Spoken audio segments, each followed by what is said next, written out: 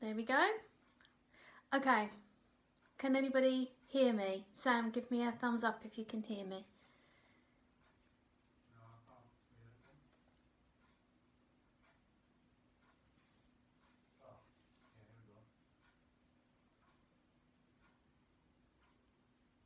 There we go.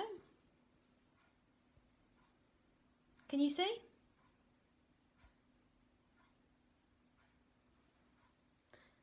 Perfect.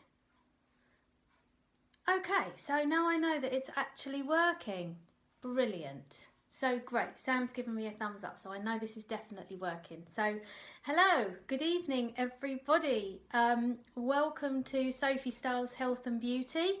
I'm Sophie, and tonight I'm really excited and quite nervous because I'm hosting my very first Facebook Live.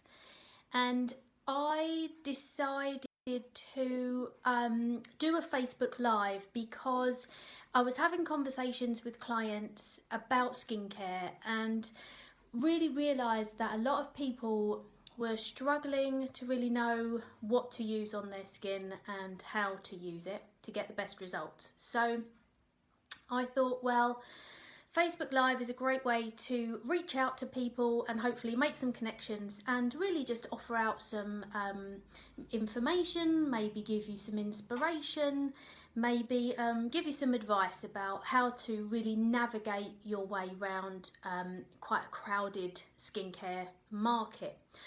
So tonight I'm just going to focus in on cleansing. I'm hoping that this will be the first in a series of skincare Facebook Live sessions, so we can talk about exfoliating and the importance of masks and moisturisers and things in separate events. So tonight just talking about cleansing in particular, and it really forms the cornerstone of any skincare routine. So tonight we'll look at different types of cleanser and how to really select the right one for you. I'm just gonna give a little disclaimer here just before we go any further. If you already have a product that you love and it really works for you and gives you great results, you really should just keep on using it. So regardless of what I say tonight, if you've got something that's giving you the results that you're looking for, even if it goes against maybe some of the advice I'm giving, you just keep on using it and it's absolutely fine. I'm really here just to help signpost you, guide you, help you navigate through that a very busy kind of skincare market, and really just help you make more informed choices. So a good place to start might be by giving you a bit of an overview and a bit of insight into the skin itself, because if you can understand how the skin works and some of the functions of your skin, it's easier to see why your skin is reacting the way it is, why it's important to cleanse, and some of the kind of products that you can marry up for your particular concerns. Look, here I've got my notes, look, there we are, flipping the page. Okay, so skin functions. Number one, sensation. So we have nerve endings in our skin that allows us to have sensation and the sense of touch. We also, our skin is responsible for heat regulation. So our skin can sense our temperature and respond accordingly. So if it's too hot outside, then we start to sweat, or if it's cold, our skin senses that and we start to shiver. Other functions include absorption. I mean, our skin's primary focus is to keep things out, but you can get some level of absorption coming through the skin, and we see that very much in sort of drug patches like hormone therapy patches or nicotine patches and that kind of thing. Our skin is also an organ of secretion, so we secrete enzymes and hormones in our skin, and enzymes in particular are important with cell renewal, so that's something we'll revisit when we talk about exfoliation. Our skin is an organ of excretion, so we excrete sweat and sebum mainly, and sebum is our skin's natural oily substance. And a really big one is our skin is an organ of protection. It's a layer of protection against our environment, our outside environment. So a physical and chemical barrier that protects all our inner cells and nerve endings and organs from the world outside, which is full of viruses. It's full of microorganisms and bacteria, and there's UV and there's other kinds of pollution. And our skin protects us from all of that that's going on in our environment. So whenever we're considering skincare, we really have to focus in on the fact that our skin has to be a good barrier. So anything that we're putting on our skin, we always have to consider that skin's barrier function. And we have to really think about how the skin cells and the glue that holds them together really work in harmony to create almost like a brick wall, and that brick wall, we must maintain the integrity of that at all times to keep that protective function in place. So our skin has a really diverse range of jobs to do, but you can start to see how that daily build up of sweat and of sebum, of dead skin cells, makeup, sunscreen, it creates this really sticky layer on our skin that really attracts all of that dirt and debris and microorganisms in the environment to it. So you get a dull and devitalised skin and a build-up of toxins ultimately that can also create a whole load of further problems later on down the line. But what it means is your skin can't function at its optimum level. And if your skin can't function properly, it's not at its optimum health. And that's what skincare is really about. It's not about using a product that's maybe going to claim to make you look younger. It's really about finding products that means your skin can be as healthy as it possibly can. So we are really about skin health, not just about glamour or some kind of gimmick. So before we go on to identify our skin and maybe some good products that we can put on it, there's a few things that I just want to recommend you avoid. Now, the first thing when we're talking about cleansing that you avoid, and I have some here, is good old-fashioned soap. So this is probably, for a lot of people, you know, this is the first thing that you may well have used on your skin. Good old bar of soap. And if you love using soap on your skin, carry on using soap on your skin. It's really not a problem. But the problem I have with it, having a dry and sensitive skin, is if I use soap on my face, it really leaves it dry, parched, really tight, and really just not very comfortable at all. And that's because the formula in soap really breaks down that skin barrier. So that dryness that you feel is the soap has stripped out some of the natural oils and ceramides in your skin, and so therefore breaking down that barrier function. So avoid soap if you can. Okay, next thing to avoid. Something like this. So when you're a teenager and maybe your skin was a little bit oily and maybe prone to spots, and you started using some sort of face wash. So face washes, again, contain ingredients that help it to foam up. And the problem with foaming products is, again, their ingredient formula. They often are drying and stripping and just too astringent, especially products formulated for men, because apparently all men have oily skin and they like it to feel really parched and dry most of the time. Not true. Okay. Third thing to avoid, wipes. The problem with wipes is that they just don't do a good enough job. They aren't wet enough and they don't contain enough product to really emulsify all that sticky soup on your skin, you know, all of that dirt and debris and pollution and makeup and sunscreen, to then actively be able to get it off. Use these in an emergency. If you haven't got any access to water, if you're in hospital, or maybe you're away from home, or you're camping, something like that, use wipes. But otherwise, don't let them form part of your normal routine. And the last thing to mention is micellar water. This is just like everywhere at the moment. This is not a new product. Micellar water's been around for a long time. And a lot of people have really jumped on a bit of a bandwagon. This has been a very, very common product. This is a L'Oreal one, or a Garnier one, should I say. It's been a really, really common product in France for a very long time. Now, the thing with micellar water is, again, you can't really use it on its own. Use it with some other kind of cleanser to get the most from it. We'll come back and talk a bit more about micellar water in a minute. So there we go. A few things to avoid. So with all those things to avoid, well, what should I be looking for? Okay, here's some options.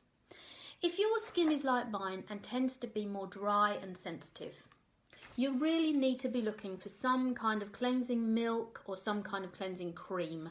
So this is an example of a milk. It's a L'Oreal one. It says specifically on it for dry and sensitive skin. And I also have a cleansing cream. This is a brand called Face Theory. They're a UK brand, newish, kind of out on the market. This is a vitamin C cleanser, so great for brightening the skin. So because I'm starting to age and my skin is getting duller and more devitalised, and I do have some pigmentation issues, the vitamin C in here helps with the brightening of your skin. The only thing with this is it's a pot. Don't be dipping fingers in there. We don't do that. Try and find some sort of scoop, a spatula, a spoon, anything to actually get that product out of there. When you're looking at ingredients on these kinds of products, you'll probably see, for anything dry, any sort of dry or sensitive skin types, on the ingredients list, it's quite hard for you to see probably, you'll probably see an ingredient called liquid paraffin or mineral oil, and that is a really controversial ingredient. A lot of brands will be quite snooty about it. It is an ingredient that's derived from the petrochemical industry, but it's obviously very refined and cleansed before it goes into a skincare product. The thing with liquid paraffin is it forms like an occlusive layer on the skin, so it will actually help with dry and dehydrated and sensitive skins because it creates more of this barrier. But it doesn't actually do anything above and beyond that. It doesn't have any kind of active action on the skin apart from that. Now, my skin actually quite likes having that occlusive layer. It helps to prevent further water loss out of the skin. I don't find it irritates or gives me breakouts or anything.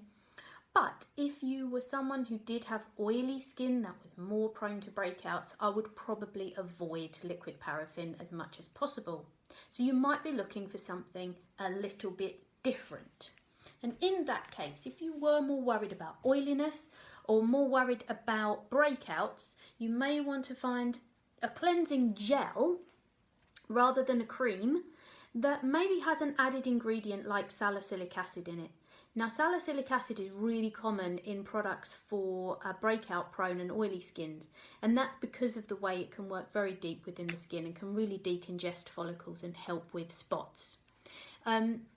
The other kind of cleanser that you could look out for if oiliness and breakouts was your concern is a cleanser containing clay, because clay is very absorbent, so it helps to minimise blackheads and also helps to minimise that shine that you get with oiliness. So one other thing to mention about cleanser, there is another option. This is a Dermalogica product. This is called Pre-Cleanse, and this is a cleansing oil.